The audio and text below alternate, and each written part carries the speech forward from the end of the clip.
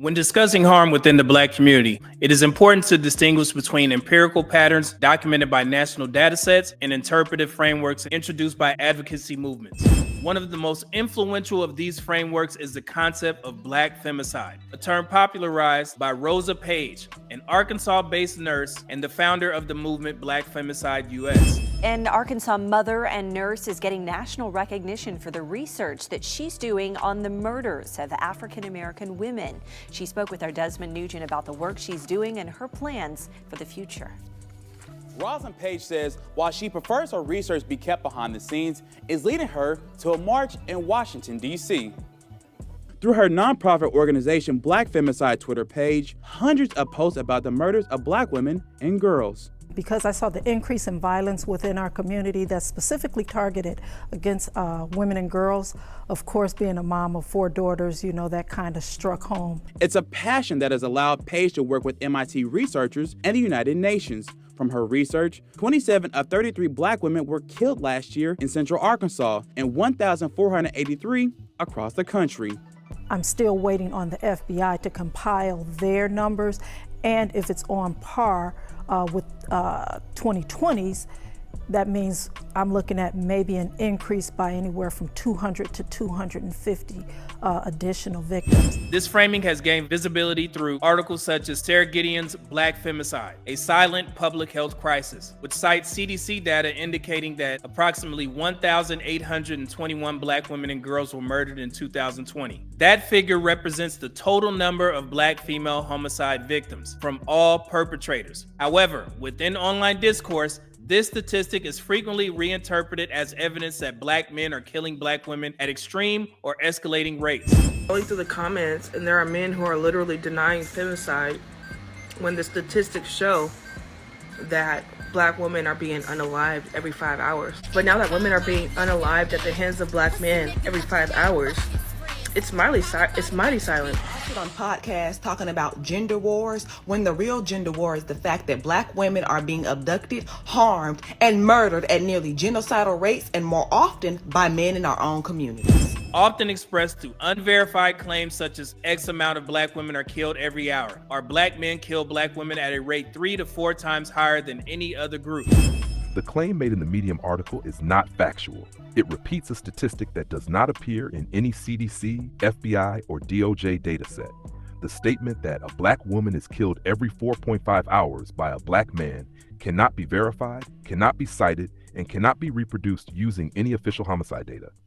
The origin of this claim traces back to a 2015 advocacy infographic published by a women's organization called Black Women's Blueprint, not a federal agency. So Farah, talk to us about the Black Woman's Blueprint. What is that? Because the name is so provocative and it's a loaded question. The Black Women's Blueprint is a national organization, and when you say the name is provocative, it is. It was intentionally named the Blueprint. So as a Black woman, even if we went back to the antebellum South, right? The experiences of racism was extremely gendered for us, right? The forced breeding, the sexual assaults at a very young age, right? Our girls were constantly in danger.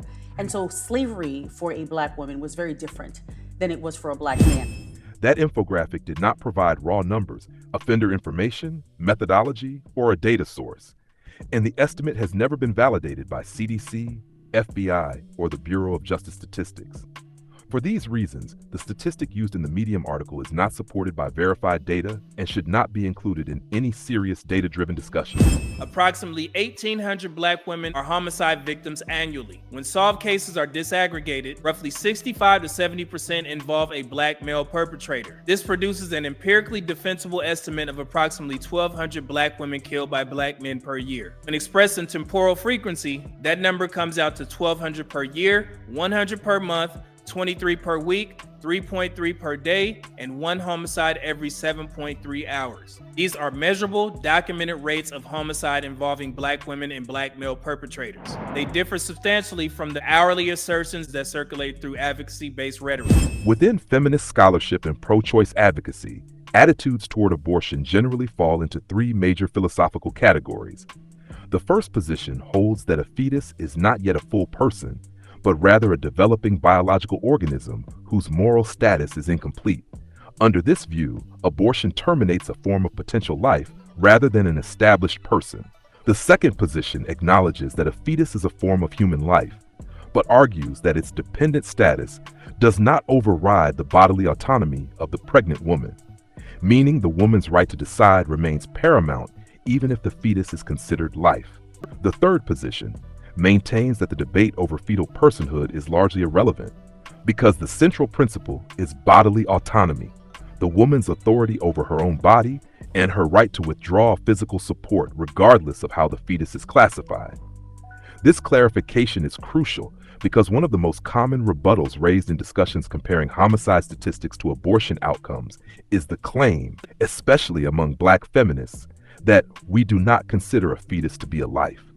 However, that assertion is not supported by the dominant feminist frameworks. Only a minority of feminists deny the fetus's status as life outright. The more influential positions, the ones most frequently reflected in academic feminism, reproductive rights organizations, and Black feminist advocacy, either acknowledge the fetus as a form of life while still prioritizing bodily autonomy, or treat the question of personhood as irrelevant because autonomy overrides it regardless. In other words, most feminists do not rely on the premise that the fetus is not life to justify abortion. Their justification is grounded in bodily autonomy, not in denying fetal life. As a result, the claim that we don't consider it life cannot be used to dismiss or minimize the numerical scale of abortion outcomes. Now compare this with another statistically measurable phenomenon affecting Black life in the United States: abortion outcomes among Black women. Based on CDC surveillance and Guttmacher estimates, Black women account for approximately 39% of all U.S. abortions. When converted to frequency, this equates to 240,000 per year, 20,000 per month, 4,615 per week, 657 per day, 27 per hour, and 1 every 2.2 minutes. When these two sets of frequencies are placed side by side, the proportional difference becomes analytically significant. The rate at which abortions occur among Black women is approximately 200 times higher than the rate at which Black women are killed by Black men. Put differently, while the homicide rate is 1 every 7.3 hours, the abortion rate is 1 every 2.2 minutes. Now, it is important to emphasize that homicide and abortion are not equivalent categories. They are legally, ethically, medically, and socially distinct. The purpose of this comparison is not moral equivalence, but proportional clarity. When evaluating narratives of risk, endangerment, or loss in the Black community, scale matters. Frequency matters. And interpretive claims must be evaluated against verifiable data. The Black Femicide US movement is correct in noting that Black women experience higher homicide rates than white or Latina women, and that these deaths often receive less media attention. That is an important point regarding public recognition and advocacy. However, the movement's rhetorical formula, particularly the idea that Black women are killed at hourly intervals or at uniquely disproportionate levels caused by Black men, does not align with national homicide data. This distinction is essential for public health, policy development, and honest discourse. A rigorous, evidence-based conversation about harm within the Black community requires anchoring the discussion in the verified numerical landscape. Approximately 1,200 homicides per year, 1 every 7.3 hours, versus 240,000 abortions per year, 1 every 2.2 minutes. These figures do not dictate how one should feel. They simply define the actual scale at which different forms of loss occur in the Black community. Peace.